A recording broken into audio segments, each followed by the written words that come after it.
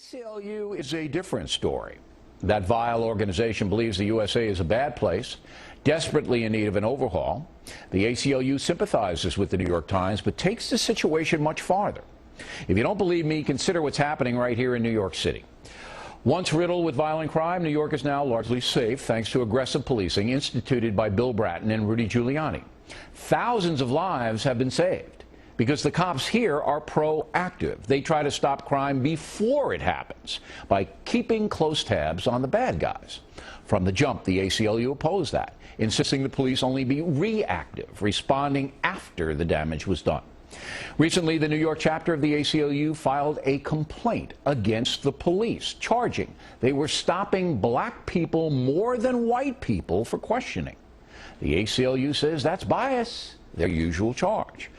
But a study by the Rand Corporation shows 69% of New York City violent crime victims describe their assailants as black.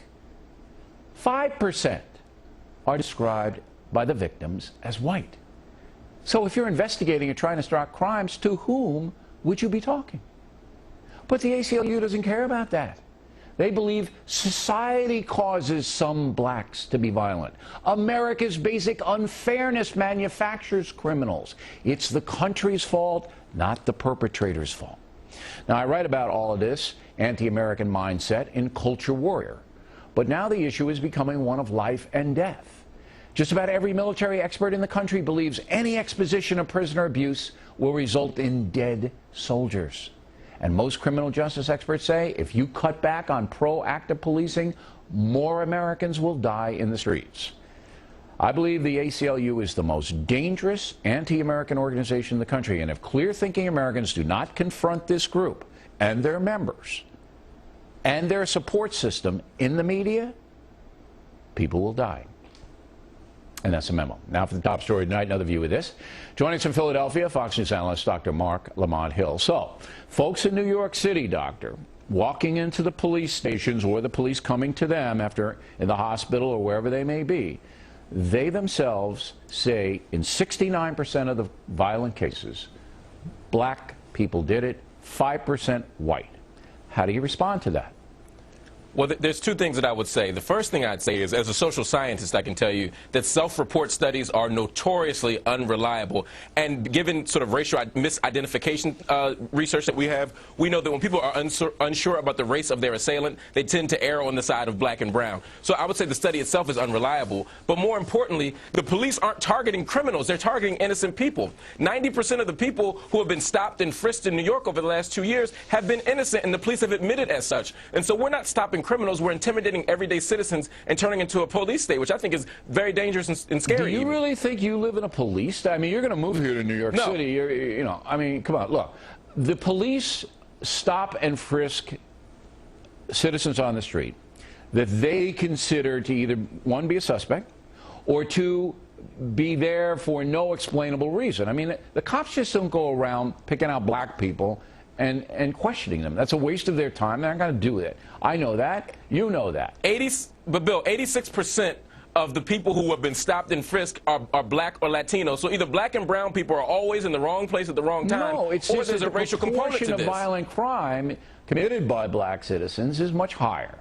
That's all. But that's a different argument. You're saying because they're stopping and frisking to try to find out who did what to whom.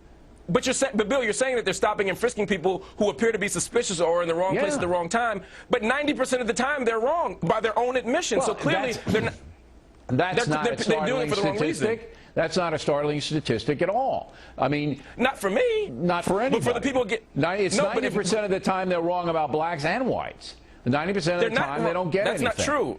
But that's absolutely not true. If you look at data around the nation, for example, in Maryland or in New Jersey even, when you look at people who are stopped or stopped on highways, or you look at people who are driving and get pulled over, white passengers have a much higher rate of having contraband in the cars, yet black people get pulled over more. Right. So white guys... I haven't seen that study, but I believe the Rand study. You don't. Now, do you believe me when I say, and I can prove this, that the ACLU primarily thinks that society, because we're an unjust country and have been bad to blacks and Native Americans and other minorities, that the establishment is biased against them, that we Americans have caused the crime wave and that we can't take it out on the criminal because they commit violent acts. Do you subscribe to that?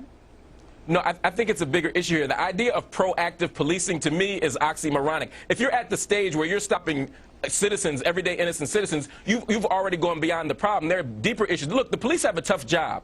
And the way they make their job easier is not to pull over innocent citizens. It's to create structures to reduce crime. We don't reduce crime by doing it. It's worked great. It's worked great here. This proactive policing, broken windows theory, getting people for low-life crimes off the street because they commit majority of crimes has worked terrific. Look, would you like to go back to where it was here in New York before Giuliani came in? When Absolutely not. You know, the murder rate was 5 times higher. So the proactive policing has brought that down. It's almost like the waterboarding in a Tufts-enhanced interrogation kept us safe after 9/11.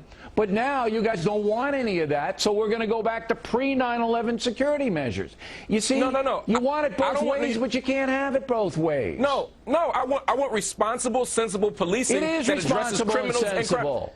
There's a very low rate of police corruption here in New York and police abuse here in New York. That's untrue. And if you look around the country, you'll see that what the police do is in Los Angeles. I'll give you an example. For example, in Los Angeles. Right, but we're talking about around the country, but we could say New York as well. Thousands of cases of police brutality are filed every year. Very low. Almost none. Yeah, but none are acknowledged. In Los Angeles, not one was acknowledged by the LAPD. That suggests that the police are not taking these things seriously. Either that or there's no instance. I can't vouch for that stat. What I'm trying to tell you is, Doctor, if you're going, you and the ACLU and all of your other left-wing friends are going to object to all of the measures that keep Americans safe, whether it be against al-Qaeda or whether it be against killers and rapists. If you're going to object, you're going to have more dead people. And I just want to protect our civil liberties, Bill. I think when you move to New York, you'll be happy with the level of policing that's going on here. And you'll see that the ACLU is putting us all in danger by attacking those police officers. Doctor, it's always good to debate you. Thank you. Next on the Rundown.